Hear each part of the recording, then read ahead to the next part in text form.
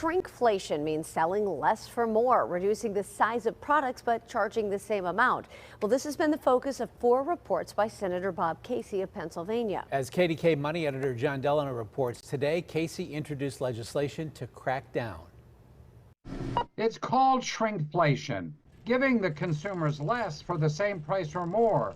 Sometimes it seems like every product in the grocery store has been affected by this. So whether it's Oreos or Doritos, I noticed in their wheat thins, which I've eaten, and I had no idea that the number of ounces were being reduced. So look, companies shouldn't be able to get away with this, and it happens all the time.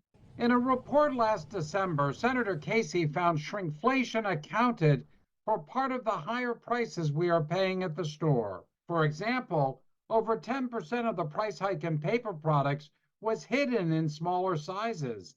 The same was true for snacks sold in smaller quantities. And over 7% of the price hike in cleaning products comes from shrinkflation in smaller bottles and boxes. Casey says even though inflation is now down, corporate profits are up 75%.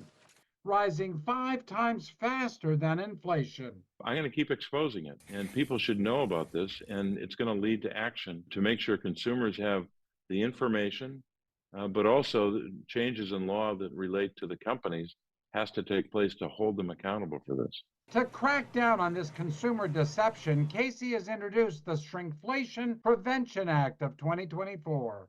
The bill would require the Federal Trade Commission to make shrinkflation an unfair or deceptive practice, prohibiting manufacturers from engaging in it.